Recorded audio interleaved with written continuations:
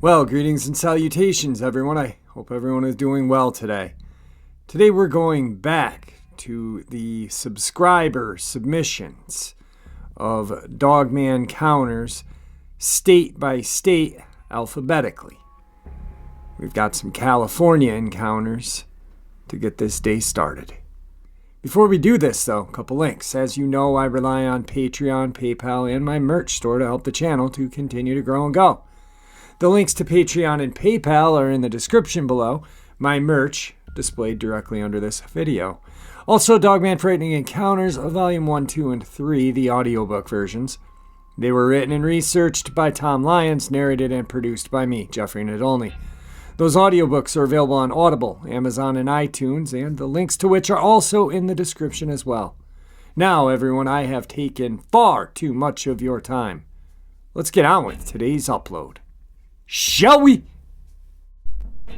Today's first subscriber, California submission. Hey Jeff, I was about 25 at the time, living in San Diego County, where I still reside today. This would have put it about the year of 2003. The company I worked for at the time sent myself and a coworker, who was also a friend of mine, out to Palm Desert for a few days to do a job. We usually didn't have to travel very far, but we had a high-end client out there. So the drive, hotel fees, including any meals we had, were worth the trip. I had to tie a few loose ends up before I could get started, so my coworker, who we'll call Stan, drove out separately. The plan was for him to check into the hotel, and I would meet with him later in the early evening. I had only driven this route once before, so I printed out maps with the directions to get there, as smartphones didn't really exist yet, and of course I didn't have a GPS.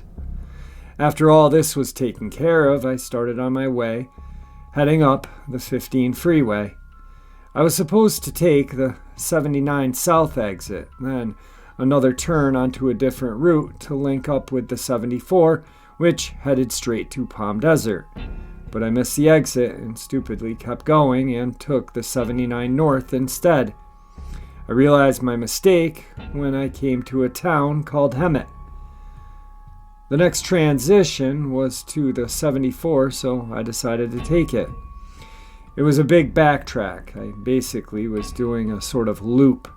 This part of the 74 headed up through San Bernardino Mountains to get back to where I originally should have been. I was mad at myself for making such a mistake, but at least I'm back on the right track. So I called Stan and told him what I had done, and I was going to be a bit later than planned. He just laughed and said he'd pick up some beer and some burgers for me when I arrived. After a short stretch of windy roads, the road straightened out a bit. It was sometime in spring, and there was still some patches of snow on the ground here and there.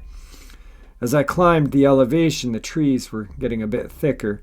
It was before dusk and still bright outside, but the sun had set below the tree line. I flipped on my lights just in case, because of the mountain road. Safety first, right? This is where it gets interesting. I came around a slight bend and the road was fairly straight. One lane in each direction. There were no cars in front of me, but one car tailing me quite a bit back. Then I saw something come from left of the road onto the middle of the road. It was about an estimation, 150 yards down. It walked on all fours onto the road. At first I thought it was a black bear, as they are known to be in these mountains. I got excited as I'd never encountered a bear before, even while I had been camping in bear country many times. But as I got closer, I noticed it wasn't the color of a bear. It also had a tail. It looked more like a large wolf. As I got even closer, I could see it kind of had medium tannish brown fur with gray mixed in with it. Kind of like a German Shepherd, but with some gray evenly mixed with the tan and brown. It had a long snout like a wolf or maybe a Malamute. Very tall ears just like a wolf. I quickly thought to myself I didn't think there were wolves in these mountains. Just your normal mountain critters. As I got about 50 yards from it, the part I will always remember, it stood up. It stood up and turned to look and see what was coming at it. By my estimation, it was tall, maybe 7 feet, I'd guess. Way bigger than any dog I'd ever seen. It stared as I kept coming closer and closer, then abruptly turned and ran quickly on 2 legs that looked just like dog legs, but it had long, more human-looking arms. It leaned forward as it took just 2 steps and leaped over a ditch on the right, like a basketball player jumping from one leg to dunk a basketball. Then just disappeared into the brush and trees. My first thought was, holy crap, I just saw a werewolf. I'd never heard of a Dogman at that time. Just what you see in the movies. The way it moved on 2 legs, though, and leapt over that ditch effortlessly. The thing was, it didn't look aggressive. Looks like it was just thinking, oh crap, what's that coming? Didn't have yellow or glowing eyes. It didn't chase the car. It didn't seem aggressive at all. I don't know. It just seemed like it wanted to have nothing to do with this thing coming at it as much as I didn't want to have anything to do with it. Now, I didn't tell Stan as I was afraid of being ridiculed, but I saw what I saw. And still to this day wonder if the car far behind me saw it as well. Today's second subscriber, California submission. Hey Jeff, just a short story I've kept to myself since the incident happened back in 1989. I was visiting my relatives outside of Nevada City, California. We were there for a cousin's wedding. I had flown down the day before and met with many relatives and was enjoying the festivities. The property was off of 2 logging roads that intersected a corner lot.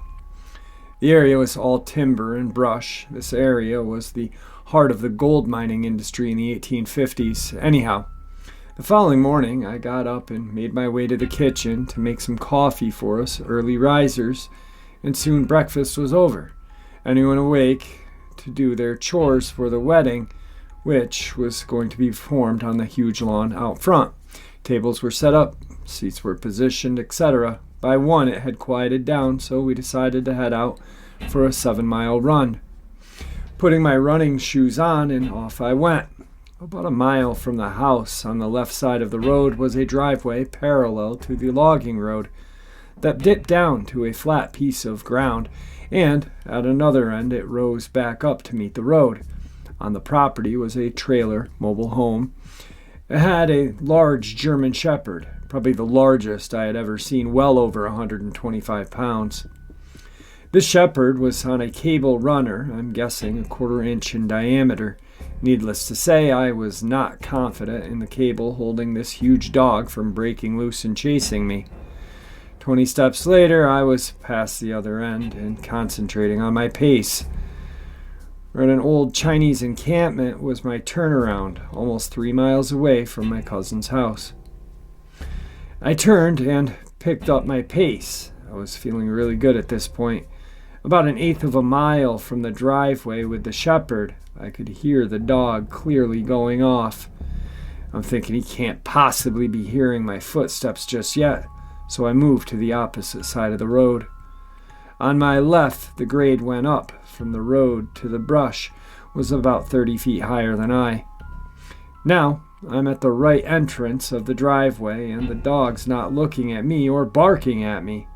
At that, I turned around to see what this Shepherd was barking at. I looked over my left shoulder, and there was the back end of this animal. I caught it just as it crested the 30-foot embankment and only saw it mid-body to the head of its tail.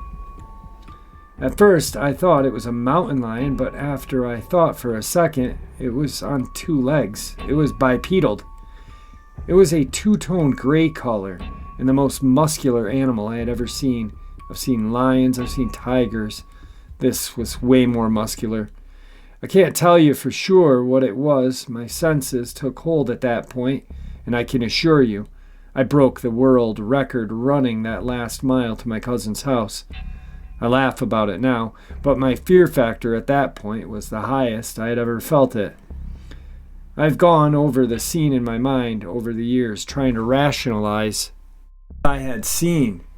Had it not gotten up on its hind legs, I would have just thought it was a mountain lion. And, by the way, after thinking about it, the shepherd probably saved my life, perhaps distracting whatever it was. I did go back there the following day to look for tracks, and the only one I could find was a part of a paw print that had been covered over by a logging truck or a trailer tire. I looked as well right where it had crested the grade and found nothing. Today's third subscriber submission is a little different. He sent me the encounter. This is probably right around the time I started my channel, maybe 6 months. And we had actually communicated back and forth on Messenger. He sent me some pictures that he had found of what he and I both believed to be Dogman nests. What you are looking at on this upload, this picture, is a Dogman nest that he found. I've been experiencing some sort of strange creature in the forest by my grandparents' house. I also found a bear paw that we believe was left by this monster. So let me start off by saying I'm not a spiritual person. I don't believe in monsters. Well, I didn't until this happened. When I was younger, I would spend a lot of time in the woods. My grandparents' property is in the mountains in California. I forgot about this until just something else happened. When I was little, maybe 11 or 12, I was up at my grandparents' in front of the house playing with my brother. We were just doing kid stuff, playing with sticks and stuff like that. Suddenly we heard a cackle coming from the corner behind the garage. Not a laugh. There was no joy to it at all. It was howl, like the most evil thing I could think of. My brother heard it too. He asked what it was, and I told him to go inside. He did, and I stupidly started walking toward the noise. As I got close, something tall and slender ran off into the woods and out of sight.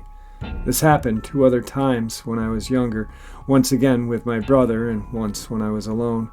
Fast forward to a few months ago. I'm now 17, pretty experienced with hunting and bushcraft. I was up on the property to visit my grandparents. My grandfather has now got cancer, and I decided to just go for some fresh air. As I walk out, I remember how much I missed the woods around the property. I decided to walk into the dense part of the woods. And after about a couple of minutes, I'm pretty far from the house. I hear that same cackle. The memories come back. A wave of fear rushes over me. I think to myself, there's got to be some reasonable explanation. There's some mountain lions and an occasional bear, but those do not make this sound. I heard a rustle and walk towards it. I come into the clearing and the smell hits me. It smells like death. I'm 6'1", pretty well built, and I will admit what I saw made my knees buckle. There was a paw, some sort of canine paw, in the middle of the clearing. I bent down to examine it. The fur was still on it, but the arm had been cleaned to the bone. I shivered, and when I rose, I saw it. That's the only way to describe it. It almost looked human, but its proportions were stretched, distorted.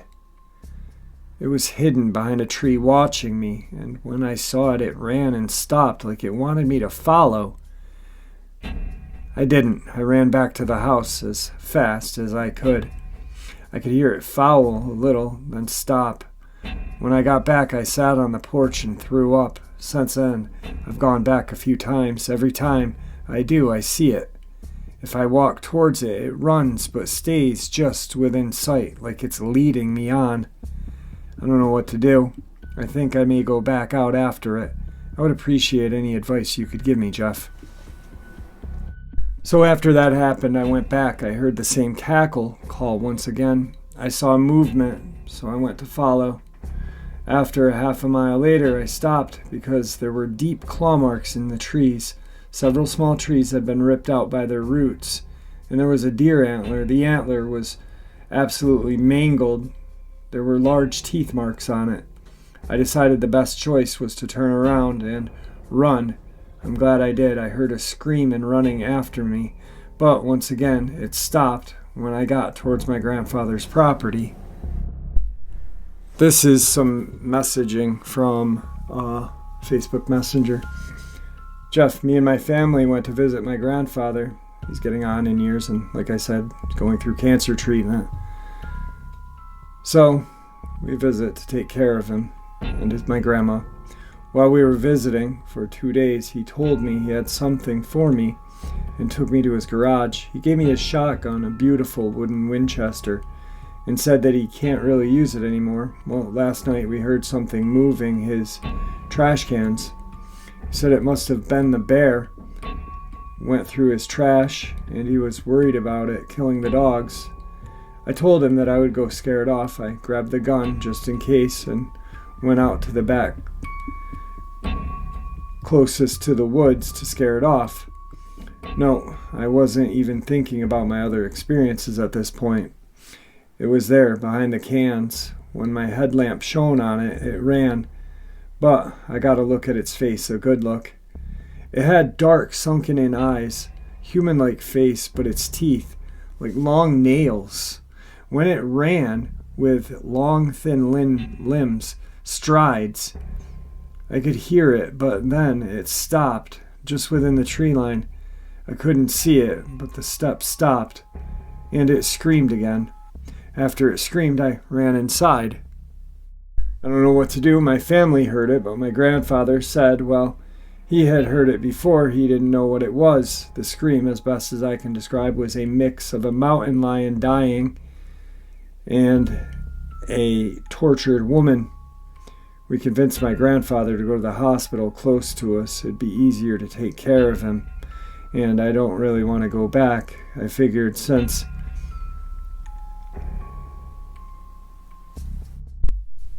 he's safe, I don't have to go back for a while. Now, I must have misplaced some of the paperwork through the years of having this, because this is from 2019. Wow.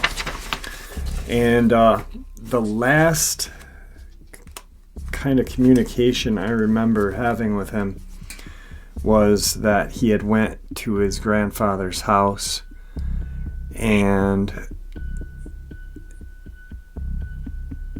the back part of the garage door, like the door in the back of the garage, I believe going in the house, was torn off, and it looks like something had kind of ransacked the area of that house. I haven't talked to him since, but now that I'm reading this and looking this over, I'm going to give him a message, email, whatever, and see if I can get any more info on what happened. It's been 2 years, so who knows? Let's keep our fingers crossed on that, because this was pretty terrifying when he and I were talking. I talked to him on the phone once when he was out in the woods, and he had said he was feeling really, really creepy, very eerie feeling. I actually told him, I'm like, dude, go back to the house. Go back to the house, brother. Today's fourth subscriber submission was sent to me via Facebook Messenger, not an email. So it's going to be a little kind of harder to read, but we'll get through it, right? Hey bro, I apologize for taking so long in sending this to you. Here is a recount of my encounter. It happened last October. I still remember each and every detail clearly, despite the year-long gap. During a vacation, my close friend, who I've known for over 15 years, had asked me to tend to his home while he was away. His property consisted of a long stretch of acreage in the backyard, a tree line consisting of Palo Verde trees, Joshua trees, and mesquite. Weeks prior to the encounter, a neighbor of my friend had come to us during the night. Her medium-sized dog had vanished. Initially, we dismissed it to a coyote or even a mountain lion, as the disappearances of pets was not uncommon when it comes to these predators. On the night of the encounter, I had arrived at my friend's two-story home at 11:30, maybe closer to midnight. Crescent moon and overcast night, the clouds and the tree branches had created a kind of eerie darkness. Without flashlights, there was no way you could simply look into the brush and survey anything that sat within the shadows. I do remember that the coyotes seemed rather active that night. There were anxious howls and yips followed by barking. In his front yard, their typical cottontail rabbit were nowhere to be found. Usually they're in large numbers, as they found bedding in his well-maintained lawn. After checking all the rooms were undisturbed and secure, I gradually made my way to the backyard. Here he had chairs and tables set up for when he entertained guests. Luckily, he also had security lights rigged. See, vagrants were common. They would travel from the wash, the riverway, and find their way into pool rooms of those in the neighborhood. While checking to make certain all was well, I caught sight of movement just near the edge of the tree line. Believing this to be an aforementioned vagrant, I shouted out, expecting a response or to see someone flee. Instead, I heard a deep growl. At first, I thought this could possibly be a stray dog or even a coyote. Shouting again, another growl was given in response, this one much deeper, more of a bellow that sounded like the mix of a dog's snarl and a human groan. The sound traveled right through my chest and roused a fear that I have never known before. Now at this point I wanted to run, but my brain was rooted me in this place.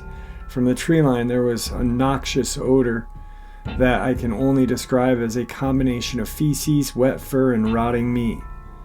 Through luck, or the grace of God, the security lights triggered on. From the branches of a tall mesquite tree, I caught the glimpse of a fiery amber eyes staring back at me.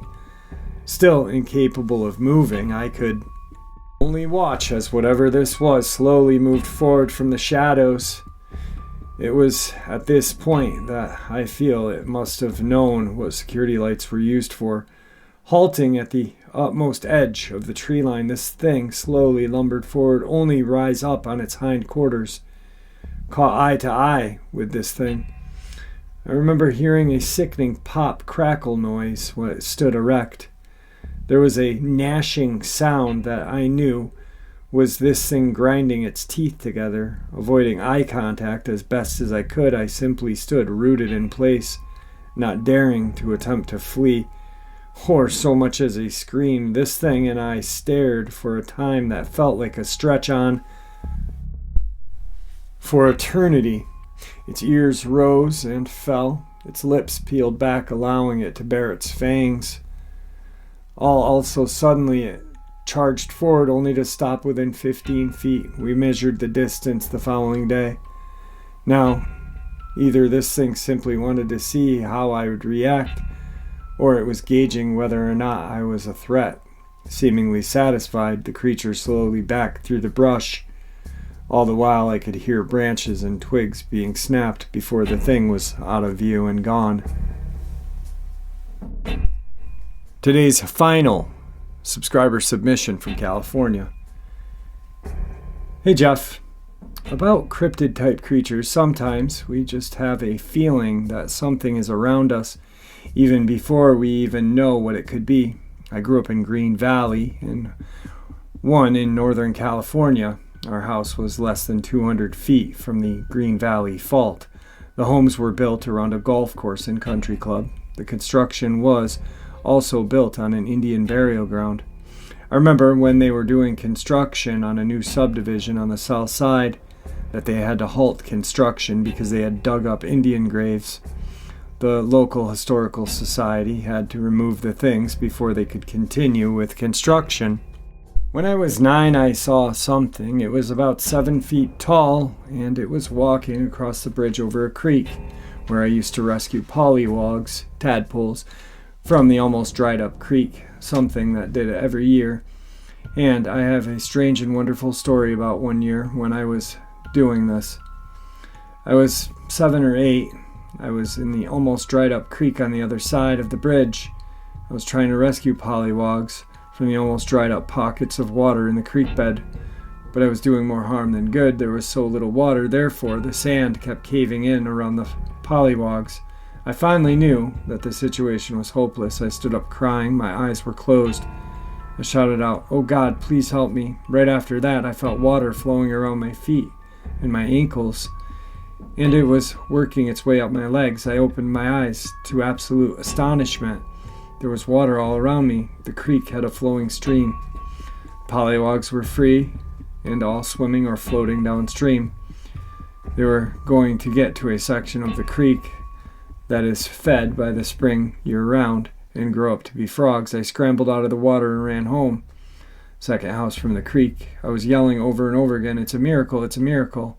My grandmother was taking care of us, so my parents must have been on a trip somewhere. I remember my older brother saying, "They just let water out of the dam."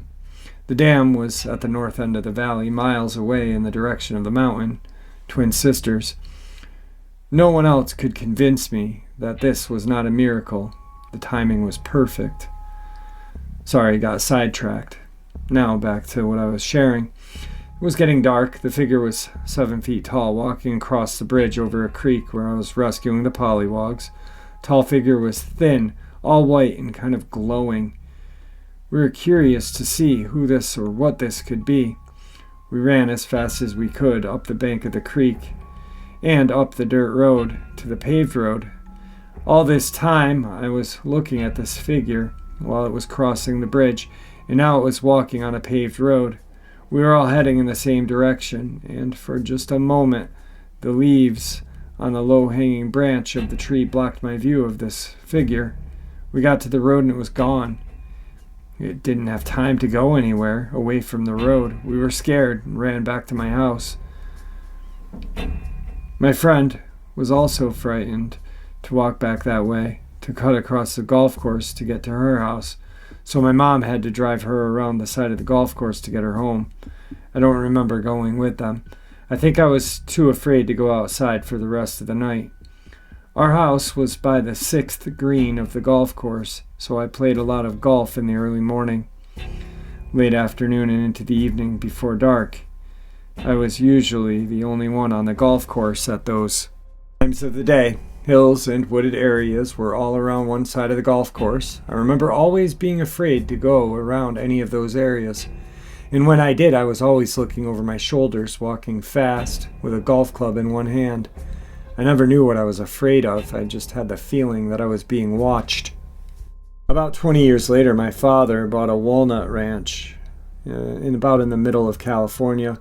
It was there where I was attacked twice by someone or something who grabbed my lower leg both times with something that felt like a clamp. I kept wondering what that clamp was. I mean, who carries a clamp around with them, ready to attack someone in the middle of the night into someone else's property? Whoever it was, or whatever it was, also had to have jumped a 6-foot-tall fence to get into the area. The first attack, I was at the ranch by myself. My parents spent half of every month at their other house on the lake in Northern California near the Oregon border. I was never afraid of being there alone because I had lots of dogs that I had rescued, mostly from small pounds around schools where I worked as a speech and language pathologist. However, I did not have my very protective 120-pound, 13-year-old Rhodesian Ridgeback Doberman mix, Wolfgang, because he had died a few months before this. It was very late, possibly around midnight. I heard all the dogs barking out back in the kennel area. They never barked unless something was wrong or unless something or someone was out there.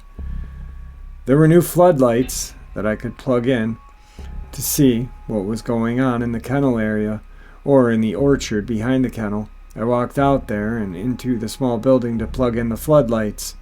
I heard something behind me and behind the wall to the right. I froze. Then my lower leg was grabbed by something that felt like a clamp. I still could not move. I've never been able to remember what I heard, but whatever it was, I do remember feeling that if I did not use every ounce of strength that I had into being able to move to get away, I was going to be killed. Finally, I could move. I threw my arms into the air and screamed and yelled, "No!" Then, with the other leg, began kicking and kicking until the clamp let go of my leg. I never saw what had a hold of my leg. It was behind me to the right, where a doorway opened into a small room in the small building, and low, possibly on the ground. As soon as the clamp was released from my leg, I turned and ran as fast as I could to the house, which was 70 yards away. I got into the house and locked the door. Then I ran all around the house and locked the doors and windows. I walked back into the family room, catching my breath and still trying to figure out what had just happened. I turned the floodlights on to light up the blacktop area between the house and the kennel. I stood there looking out the window of the back door. My father had covered all the windows in the family room with acrylic plastic because my dog Wolfgang, who had previously died, used to jump at the windows and break them if a stranger was outside of the house. Therefore, I did not worry about anyone trying to break in by breaking the windows. For some reason, I stepped outside of the back door, closed the door behind me, and looked out toward the back, thinking, what just happened there? Then my eyes got big and my jaw dropped. The startling realization I had just locked myself out of the house. Quickly I said to myself, where are my keys? They're in my van. Where's my van? It's out there. It's parked near the area I had just ran from. With the blacktop area still lit up from the floodlights, I quickly ran to my van, got in, and locked the doors. Started the engine. I felt empowered. I thought, okay, where are you? Come out. I will plow right into you with my van. I thought all of that to myself as I went forward and backwards in my van several times. I was daring whoever or whatever it was to come out. I was ready to run them down. That gives you an idea of how much adrenaline I had going through my system. Then I backed the van up as close to the house as possible, got out, locked it, and ran to the door. Quickly unlocked the door, got inside, and locked that door. There was a golf club, my putter, in the corner. I picked it up and slept on a pad in the family room floor, with it in my hand for the rest of the night. The next morning, a dog, who I had rescued from a small pound I named Kristen, was waiting for me outside the back door. She had to have climbed a 6-foot chain-link fence to get out of the yard out back there. Her yard was by the small building where I had been grabbed during the night. She had seen what happened to me. She never let anyone get too close to me after that, always slinking in between me and anyone. She had also seen something else. Whatever attacked me had killed some half-grown shepherd puppy mix. Their throats had been slit or ripped open, I don't know. I just about died from what happened to them. I never would have assumed anyone could deliberately do such an evil thing. I assumed it was done in retaliation for having kicked whoever or whatever had grabbed me. Several months later, during the summer, it was 11 p.m., when the dogs out back in the kettle area were barking again. My parents were home. My dad was in bed. My mom was watching the news that had just started. I went out back to see what they were barking at. I was afraid to walk into the kennel area, so I went under the cottonwood tree on the outside of the kennel, where I had a ladder by the fence. I climbed the ladder to look over the fence into the kennel area.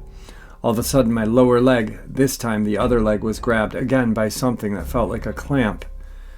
I immediately thought to myself, it's the same clamp as before. Now, the clamps are in parentheses because whatever was grabbing her was a very hard, almost like a human hand cannot grab. It was just a massive force. So when I say clamp, it is in parentheses. She's not referring to like a wood clamp. She is and she isn't. The power, the force, the pressure. The last thing I remember was being pulled backwards off the ladder. I must have fallen, but I don't remember landing. I was knocked out. I don't know whether it was from the fall or something else. When I woke a half an hour later, I know this because the 11 o'clock news had ended. I was all tied up with orange twine that had previously been on the ground area. My upper jean pant leg was torn. My leg was bleeding. I thought it was strange that my heavy jean pants could have been torn like that. I could hear rustling somewhere on the other side of the fence. I was afraid that something was returning. I managed to stretch the twine so that I could get out of it. I ran into the house. The news had just finished. My mom was half asleep. I dropped to the floor in front of her chair in total hysteria, crying about what had just happened. I didn't talk about it to my parents. I am not sure why, but I think I didn't want them to worry about leaving me alone. I was never afraid to be out there at night until that year, when I was attacked twice. The fences around and between the house, outbuildings, yards, blacktop no longer made me feel safe and secure.